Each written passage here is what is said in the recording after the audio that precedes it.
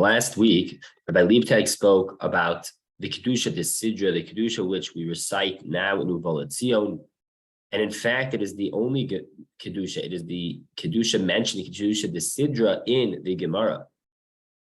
And while Rabbi Liebtag explained that this Kedusha has a very specific function as it relates to the Torah that we learn that is immediately preceded by the Kedusha, as a function of transitioning from tefillah back to our daily lives, requiring a little bit of Torah to make sure that every person davening has an opportunity to learn a little bit of Torah before they go out into the workforce and to whatever their day has.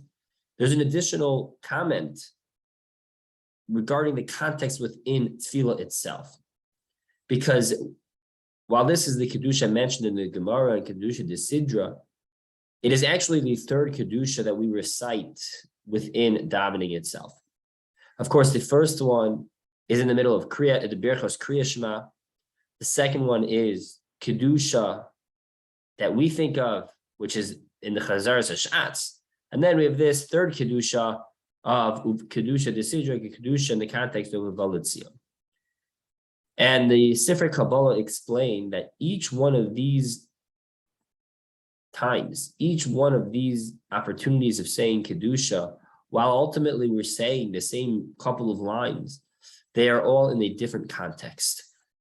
The first one in Birchos Kriya Shema is a recalling of the Kedusha which the Malachei Hasharis, which the angels recite. We are reciting that which the angels recite.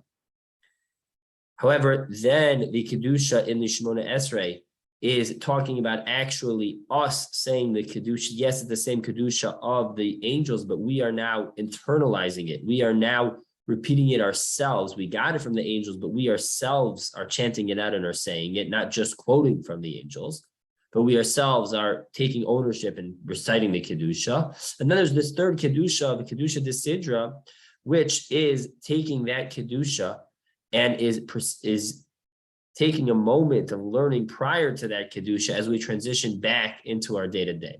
And so as far as it pertains to the structure, looking back, now that we are coming towards the end of Tefillah, and this is the third and final of the Kedusha, we look back at the structure of each of these times that we recite Kedusha throughout Tefillah.